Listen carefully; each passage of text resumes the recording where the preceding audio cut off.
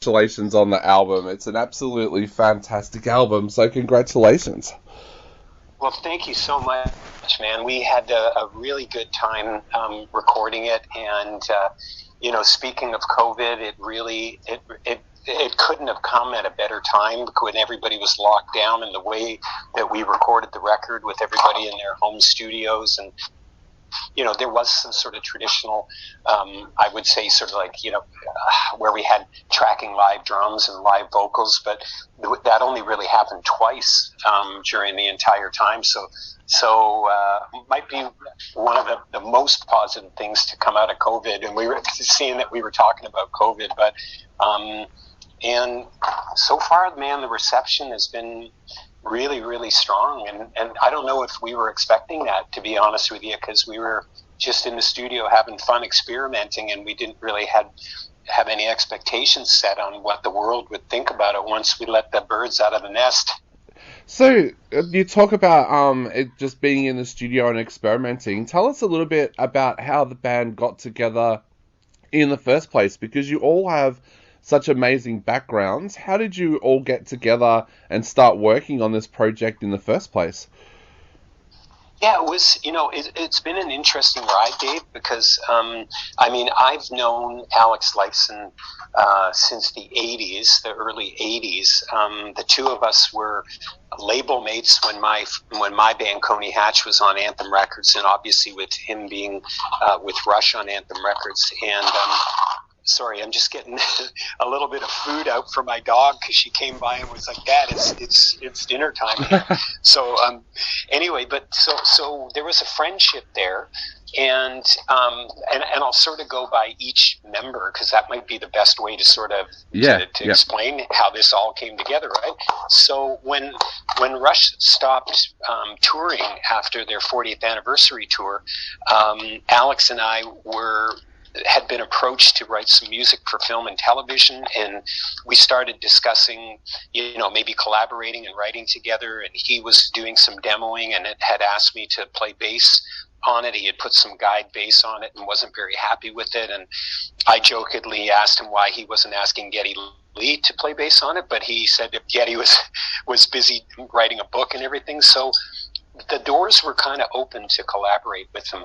And when I agreed to play bass on a couple of his home demos for him, he said, "I will return the favor anytime you need some guitar on it." So I was like, "Oh my God, what an amazing offer!"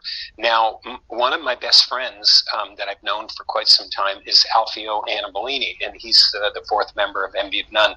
And he and I have done a lot of work together, and we had sort of been just almost for shits and giggles, just sharing different ideas. I would work on stuff and send it over to him, and he would add some things on it, and we had no plan for it. We were just sticking it away for a rainy day.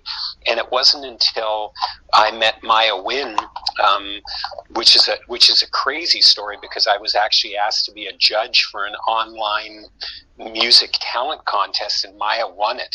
And part of her prize was to have a mentoring call from somebody from the music industry, which was yours truly. So the conversation snaked its way around to, "Andy, if you ever need any vocals for any stuff that you're working on, I would love to try." And I wasn't expecting that to happen in that call, Dave. And so there was a song called "Shadow" that had been kicking around, that I had been working on with Alfio, and Maya sang on it, and I played it for Alex and said, "Check out this young woman. I think she's fantastic, and would you entertain playing guitar on it?" And it was just a one-off. It was one song. That was it. We didn't have anything other than "Shadow." And he said, "Andy, she's incredible. I would love to play on this." And next thing, we started, one song turned into 3, turned into 5, and before you know it, Dave, we had a full record. Wow. What was that chemistry like when you all first got together for the first time and played together? Was there a very special chemistry there? Well, I have to tell you that speaking to Maya, I didn't really realize this, but I mean, for obvious reasons, she's quite, she was maybe 22 at the time, right? And she told me, obviously fairly intimidating, to walk into a meeting with Alex Lifeson, the guy from the Rock and Roll Hall of Fame and the guitar player from Rush. But she kept her calm. She was calm and cool and collected, and the chemistry was really good. Everybody checked their egos at the door, and we all treated each other as equals, despite the fact that maybe Alex and I had a lot more experience than the other two members. But the chemistry musically clicked right away, and you don't often get that, as having been involved with a bunch of different bands and produced other bands. Sometimes that process, as you know, Dave, can be a difficult one. You can come up with ideas that are absolute stinkers, and records can take a long time to finish, or you can have that chemistry or that magic, as you said, and so there was something about all stars aligning with these four members that the chemistry was really good right out of the gate. Also, one of the things I love about this album as well is the songs sound so personal. Sometimes when there's a debut album for a band, you can get a feeling that the songs aren't that personal. But when you listen to tracks like Never Said I Love You, they are so personal. So could you tell us a little bit about the songwriting process and what was inspiring you all when you sat down to work on songs for Envy of None? Yeah, well, that's nice for you to say that, and I'm glad to hear that was your takeaway on it, because you're right. Like, sometimes with debut records, what do they say? You have a lifetime to make them, and then a year after, you got to come up with something new in 1 year. But the writing process, having been the primary vocalist and lyricist for my previous projects, I thought that maybe it would work well with Maya, that if I had some seeds of some ideas to just like plant those with her. So only because you mentioned Never Said I Love You, when we sent that idea to her, I said, I've got a few little vocal harmony ideas and I got a few lyrical ideas, but I think it's important for you to have your own voice. You're going to be the one singing it, so I shouldn't write the lyrics for you. You should be, whatever you're singing, you should believe in. And I wanted to give her that turf to have her own voice. So, when I think of the record, I can tell you on Never Said I Love You, Liar, Enemy, Dumb, Dog's Life, those were all very early Andy Maya collaborations where I planted the seed with her, saying, well, here's a song that I've titled Dog's Life, and this is what I'm thinking, and give her a little bit of a seed to start it off, and then she just hit it out of the park every time. She grabbed it and turned it into a lot of those. You're right, were personal. Like on Liar, for instance, all I had was, and now I know that everything you said was just a lie.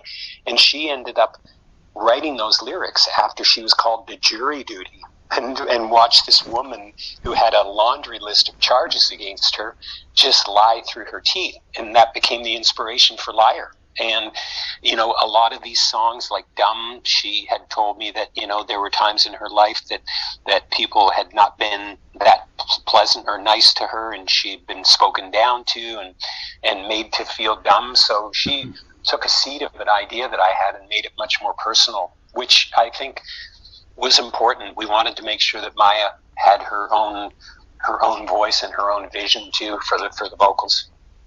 Did her lyrics surprise the rest of you? Like I said, they are so personal, and to me they are amazing lyrics. Did it blow you away what she came out with?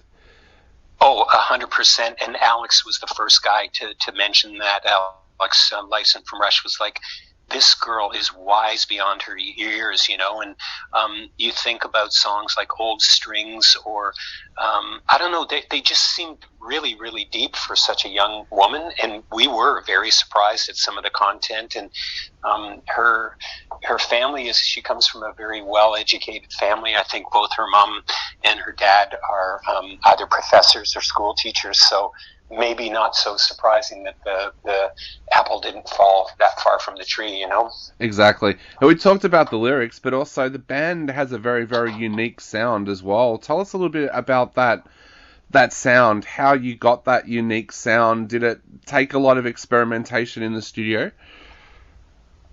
Well, to be honest with you, like the initial ideas, Dave, of these were 90. I'll be fair. 80% of them were Alfio and I working in our studios and coming up with seeds of ideas, and then sending multiple ideas to Alex and Maya, going, "Which one of these did you like?" And with no real sort of grasp of where should we, should this be a heavy sounding record? Should it be light? Should it be mellow? Should it be there? Lots of acoustics, but keyboards and synthesized bass and some trippy guitars seem to be something that is a running theme through it. And the interesting thing is, by the time we gave it to Alex, there was a few occasions when Alex sent the ideas back to us and said, "I love this." And I would say to him, I don't know what you did, but it sounds like there's no guitars on this. Did you play any guitar? And he said, "It's all guitar." So he was a mad scientist at his studio, manipulating these tones and creating these soundscapes. And I think it was very much, that collision of ambient meets maybe industrial with a little bit of 90s alternative in there seemed to be a running theme. And once we touched on that, Dave, it seemed like, okay, we're onto something here. Let's just keep this running theme of these different styles and see if it works. Well, it definitely worked. Like I said, the album sounds absolutely amazing. There's no way that you would be able to tell that it's a debut album. But where to now for the band? The world's opening back up again now after COVID. So where to now for the band? What's the plans for the rest of this year? To get rich and famous. That's it. Well, the number one question for sure is, are you guys going to play live? And it's so weird too, Dave, because I have to rewind a little bit and tell you, like, as we were making this record, there was no label, there was no management, there was no publishing company, there was no producer. This was just four artists collaborating and through various different relationships, we ended up talking to the K-Scope Snapper gang in the UK and ended up signing a deal with them.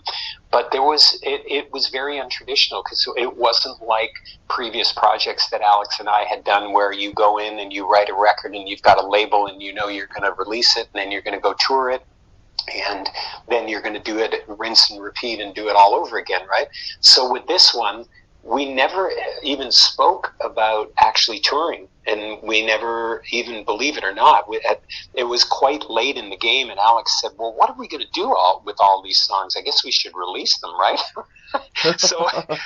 So now, fast forward, everybody's saying, "Well, what's next?" And it's a bit of a double-edged sword, because we've created a bit of a monster here that we would have to figure out how to recreate all of those songs on live, and I think it would be challenging, and I think it would be fun.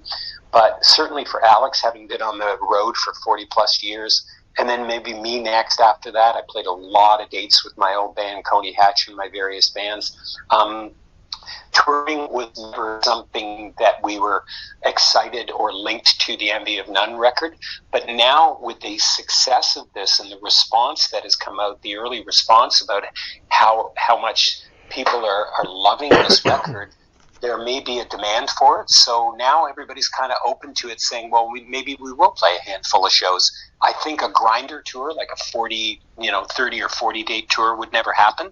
Yep. But I think we would entertain some a handful of shows, and we're actually talking about that right now. But it's so new. The record's only been out for like 3 weeks, almost a month now. So we're just kind of enjoying the ride and having conversations with people like yourself that say they love what we've done, and it's been pretty rewarding. Awesome. Well, I hope, of course, in these days and times, you've always got that that fallback that you can do, where you do a handful of shows and then broadcast it to the world online and things like that. So yeah, there's so many things, but we would love to see these tracks live. So Andy, I just want to say again, congratulations on such an amazing album. And I guess to wrap up, what would you like to say to everybody out there before they go out and take a listen to the album? Well, first of all, thank you for all the kind words. Second of all, I think this is a really cool headphone record. I think keep an open mind when you see Alex's name or my name.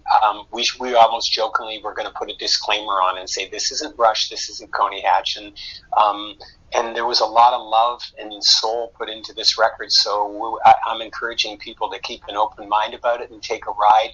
I think there's some nice soundscaping going on, and I was lucky enough to come to Australia a few times in a different role that I was doing with the Tea Party, and got to see a bunch of amazing cities in Australia, and I absolutely love it there. So I don't know. I think it would be fun to play Down Under again, but I just think it's a cool headphone record, and there's a lot of love and TLC that went into making this record. So I'm glad to hear that you enjoyed it as much as we enjoyed making it. That's for sure.